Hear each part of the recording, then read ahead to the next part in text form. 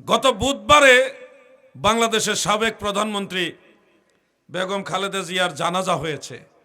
সারা দেশের লক্ষ লক্ষ মানুষ এই জানাজায় শরিক হয়েছে, বহু আলেম ওলামা শরিক হয়েছে। আমরা দূর থেকে দোয়া করেছি।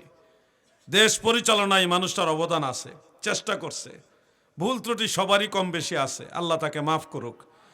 এই জানাজার নামাজটা কত আনন্দের সাথে মানুষ করছে, দোয়া করে।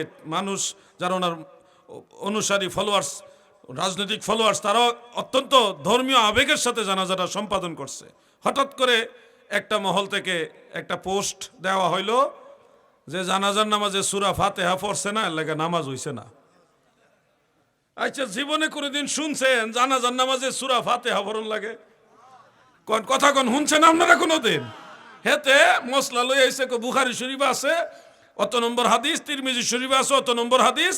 হ্যাঁ, বেগম জিয়ার জানাজার মধ্যে বাইতুল মুকাররমের খতিব সাহেব সূরা ফাতিহা পড়ছে না, এটা একটা মানে নামাজ হইছে না, এটা জাতির সাথে একটা ধোঁকা দেওয়া হইলো, এর মতো করে একটা পোস্ট দিয়ে দিছে। আচ্ছা, আপনাদের কাছে আমি একটা বিষয় বলা দরকার, কারণ না বললে আমাদের যুব সমাজ বিভ্রান্ত হয়ে যাবে। তারা মনে করবো হয়তো এটা বুখারী শরীফের কথা কইছে, তো মনে করবো ওইটাই ঠিক, আমরা মনে হয় 2 নম্বরই করতেছি। প্রিয় ভাই আমার, বন্ধুরা আমার, প্রথম কথা হলো বাইতুল মুকাররমের সম্মানিত খতিব সাহেব, কওমি অঙ্গনের ভালো একজন আলেম, তিনি মুহাক্কিক আলেম আব্দুল মালিক সাহেব। তিনি জানাজা পড়াইছে 4 তাকবীরে।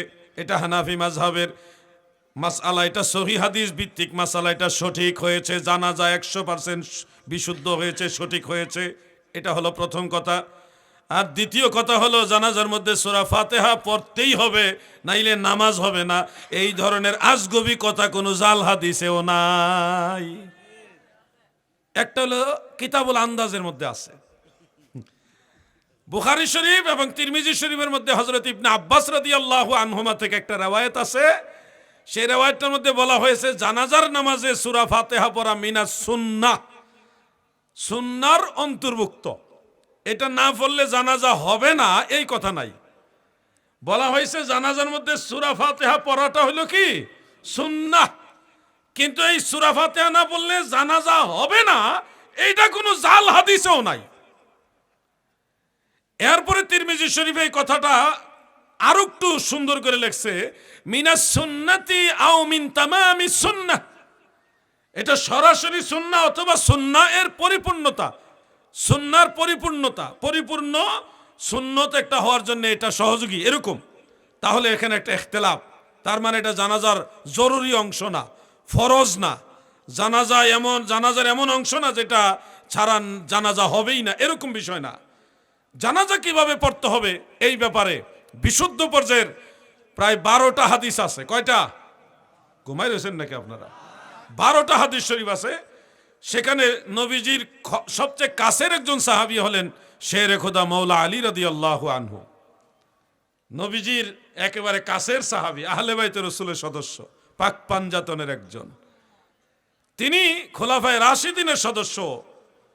তিনি এই রওয়ায়াতটা বর্ণনা করেছেন, ইন্নাহু কানা ইয়াবদাউ বিহামদিল্লাহি তাআলা সুম্মা ইউসাল্লি আলান নবী সাল্লাল্লাহু আলাইহি ওয়াসাল্লাম সুম্মা ইয়াকুল আল্লাহুম্মা গফিরলি আহইয়াইনা ইলা আখিরিল হাদিস। অর্থাৎ হযরতে শেরে খোদা মাওলা আলী রাদিয়াল্লাহু আনহু রওয়ায়াত বর্ণনা করেন, জানাজার নামাজের প্রথম তাকবীরের পরে আল্লাহর প্রশংসা হবে। কার প্রশংসা? 500 সাহাবীর ছাত্র, যিনি 500 সাহাবীর কাছ থেকে হাদিস সংগ্রহ করেছেন, হযরতে শাআবী রাহমাতুল্লাহ আলাইহি, তিনি বলেন, আমি সাহাবীদের কাছ থেকে জেনেছি জানাজার নামাজে তাকবীরাতুল উলা, প্রথম তাকবীরের পরে যেটা পড়তে হয় এটা হলো সানাউলিল্লাহি তাআলা, আল্লাহর জন্য সানা পাঠ করতে হয়। এরপরে তাকবীরে সানিয়া, যেটা দ্বিতীয় তাকবীরের পরে নবীজির উপর দুরূদ শরীফ পড়তে হয়, তৃতীয় তাকবীরের পরে দোয়া পড়তে হয়, চতুর্থ তাকবীর দিয়ে সালাম। এটা হযরতে আলী রাদিয়াল্লাহু আনহু বর্ণনা করেছেন, হযরতে সাহাবী নিজে ব্যাখ্যা করে দিয়েছেন। হযরতে আবু হুরায়রা রাদিয়াল্লাহু আনহুর নাম শুনেছেন আপনারা? তিনি সর্বাধিক হাদিস বর্ণনাকারী সাহাবী। এটা মুয়াত্তায়ে মালিকের মধ্যে আছে। মুয়াত্তায়ে মালিক হলো বুখারী শরীফ লেখার আগের কিতাব। ইমাম মালিক ইবনে আনাস, ইমাম বুখারীর উস্তাদের লেখা কিতাব।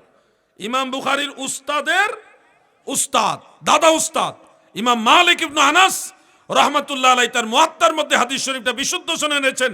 হযরত আবু হুরায়রা আল্লাহর নামে কসম করে বলতেছেন, আল্লাহর কসম, যখন মাইয়িতের লাশ খাটিয়ার মধ্যে রাখা হয় তখন আমি কাব্বারতু, তাকবীর বলি, ওয়া হামিদুল্লাহ, আল্লাহর প্রশংসা করি, সানা পাঠ করি, এরপরে দ্বিতীয় তাকবীর বলি, তারপরে নবীজির উপরে দুরূদ শরীফ পাঠ করি, তারপরে তৃতীয় তাকবীর বলি, তারপরে মাইয়িতের জন্য দোয়া করি, চতুর্থ তাকবীর দিয়ে সালাম দেই।